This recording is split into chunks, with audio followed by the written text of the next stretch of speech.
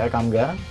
Passion saya memang musik, tetapi saya menjadi host dari acara Explore Indonesia karena untuk saya memiliki kesempatan untuk bisa mempelajari budaya-budaya yang dimiliki oleh Indonesia adalah pekerjaan impian. Saya Dayu Hatmanti. Saya cinta banget sama alam Indonesia, terutama lautnya. Hal itu yang akhirnya membawa saya berkecimpung langsung di dunia konservasi bahari. Dan menjadi host Explore Indonesia adalah kesempatan luar biasa untuk saya bisa mengenal Indonesia lebih dalam. Namaku Belda Briksandu, seharianku mengajar fire dance. Menjadi host Explore Indonesia itu merupakan kebanggaan tersendiri buatku karena aku bisa keliling Indonesia mengeksplor jauh lebih dalam tentang budaya dan alam yang ada di Indonesia. Menjelajah alam Indonesia, Mengenal masyarakatnya, Meresapi kearifan lokalnya. Sudah hampir 12 jam saya ikut melaut bersama para nelayan Gerajakan. Sungguh sebuah pengalaman yang takkan terlupa. Namun sayang, malam ini mereka tak mendapat banyak hasil. Alam dan Dewi Fortuna seperti enggan berpihak pada kami. Hari semakin pagi, sang fajar pun perlahan bangun dari tidurnya. Saatnya untuk pulang.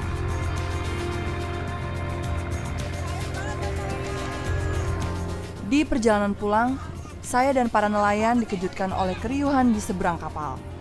Rupanya, ada kapal ijo-ijo lain yang sedang berusaha menjaring kumpulan ikan tongkol. Kapten kapal segera melambatkan laju dan berputar-putar, memperhatikan sembari menanti. Sebab, jika kawanan tongkol berhasil lolos, kami akan mencegat di bagian lain dan menangkapnya.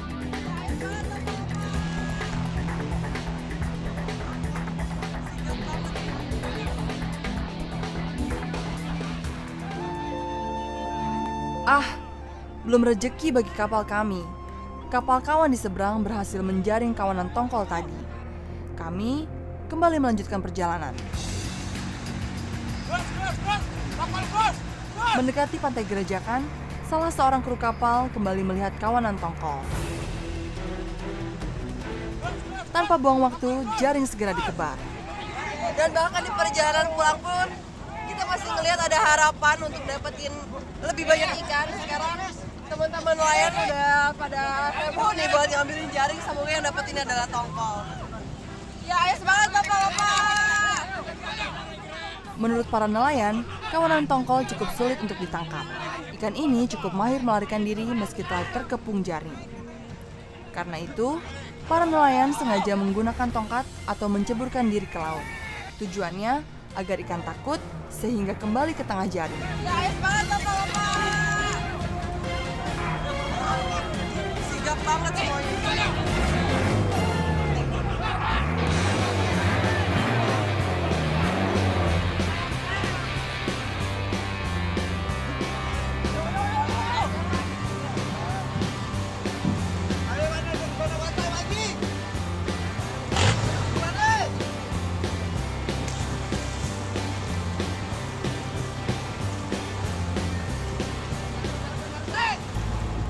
Setelah berjuang sekuat tenaga, para nelayan kembali tak meraih hasil.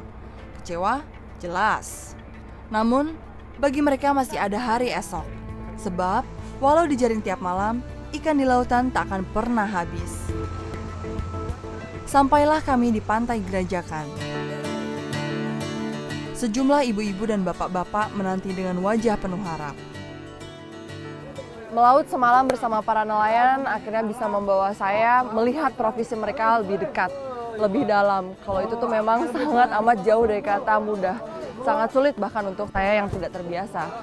Harus selalu standby setiap ada instruksi, kalau ada ikan yang dekat. Bahkan ikan yang di depan mata pun ternyata nggak semudah itu untuk bisa dapatkan. Jauh sekali dari kata mudah. Dan hal itu yang membuat saya semakin respect, semakin menaruh rasa hormat kepada para nelayan karena menangkap ikan ternyata bukan hal yang mudah. Dan ini mengingatkan saya pada satu hal, kalau kita harus ikhlas juga dengan kenyataan hidup. Kalau hari ini kita bisa dapat banyak, belum tentu dengan besok. Jadi hidup selalu berputar, selalu harus ikhlas dan pastinya bekerja. Ikhlas serta kerja keras saja tidaklah cukup buat para nelayan.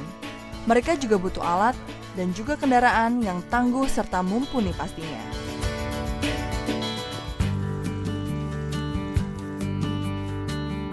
Terdapat beberapa jenis kapal yang ada di Banyuwangi dan Pantai Gerajakan pada khususnya. Nah, ini dia paling kecil, kapal paling kecil namanya kapal Jukung.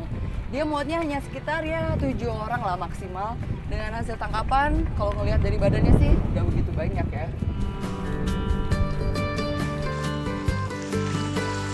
Nah, ini dia kapal ijo-ijo, kapal yang saya naiki semalam bersama para nelayan untuk menangkap ikan.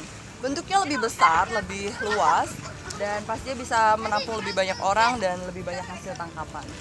Kelihatan lebih nyaman ya.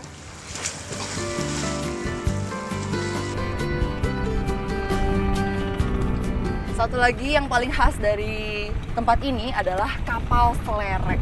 Kapal selerek ini kira-kira harganya bisa menyamai sebuah mobil mewah. Wow.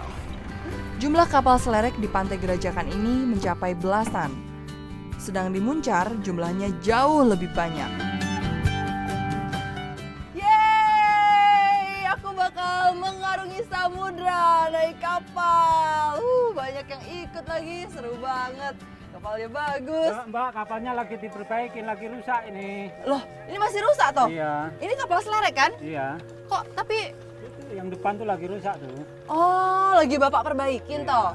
Ya, saya pikir ini udah mau melaut, saya udah seneng banget toh. Lagi rusak ini, diperbaikin dulu. Oh, gitu. Di Pantai Gerajakan ini cukup banyak kapal selerek yang sedang parkir. Ada yang memang menunggu waktu terbaik untuk melaut, namun ada pula yang sedang diperbaiki. Bentuk serta dekorasi kapal selerek memang khas. Sekilas mirip dengan kapal perang bangsa Viking di Eropa. Namun selain tampilan, kapal selerek juga punya keistimewaan lain. Pak, saya dengar kapal selerek ini kan harus 2 ya Pak ya? Iya, Yang ini satunya lagi? itu satunya lagi. Perempuannya yang itu, ini lakinya. Oh, jadi harus sepasang? Iya. Kenapa Pak? Ya, yang satu untuk bawa ikan, yang satu untuk bawa jaringnya. Terus bedanya sama kapal hijau-hijau tuh apa Pak? Lain kalau yang hijau-hijau tuh lain cuma satu. Sepintas, kapal ijo-ijo dan selerek menggunakan jaring yang hampir mirip. Hanya saja, jaring pada selerek dilengkapi cincin dan tali kerut. Tujuannya agar bagian atas serta bawah jaring dapat dikencangkan, sehingga ikan yang sudah terjebak tidak kabur. Kalau dibandingkan dengan kapal ijo-ijo yang kemarin malam saya naiki, kapal ini memang pastinya lebih besar. Lebarnya 1,5 kali lipatnya kapal ijo-ijo. Kapal yang sedang diperbaiki ini milik Haji Pieng. Beliau punya lebih dari 1 kapal selerek dan beberapa kapal ijo-ijo. Kapal selerek yang tadi saya lihat, ini dia nih rumah pemiliknya. Assalamualaikum. Assalamualaikum. Apa kabar nih Pak Haji? Mau ngobrol-ngobrol sedikit ya. Terima kasih. Turun loh Pak. Pak Haji Safi'i, tadi saya habis main-main ke kapal selereknya Pak Haji. Oh, ya di sana? Iya, yang Oke. di sana. Wah, saya senang banget bisa ngeliat itu. Gitu. Menurut Pak Haji nih apa sih keistimewaan dari kapal selerek? Untuk mencari ikan tuh lebih besar. Oh, dibandingkan kapal ijo-ijo Ijo-ijo, atau jukung yang kecil itu ya. Kapal sebagus selerek tentu tidaklah murah. Baik biaya untuk membeli, serta mengoperasikannya tidaklah kecil. Kira-kira berapa ya? Perahunya itu ada 600. 600 juta? Iya, Satu perahu? Iya. Atau Itu dua? belum mesin, belum alat lainnya. Kita bikin. Oh, ya ampun. Terus kan itu satunya, berarti harus ada 2 kan? Ya, dua unit berarti. Oh, ya. 2 unit sekitar itu. Sekitar situ sampai beres bisa buat melaut itu kira-kira berapa? Ya, aman lah.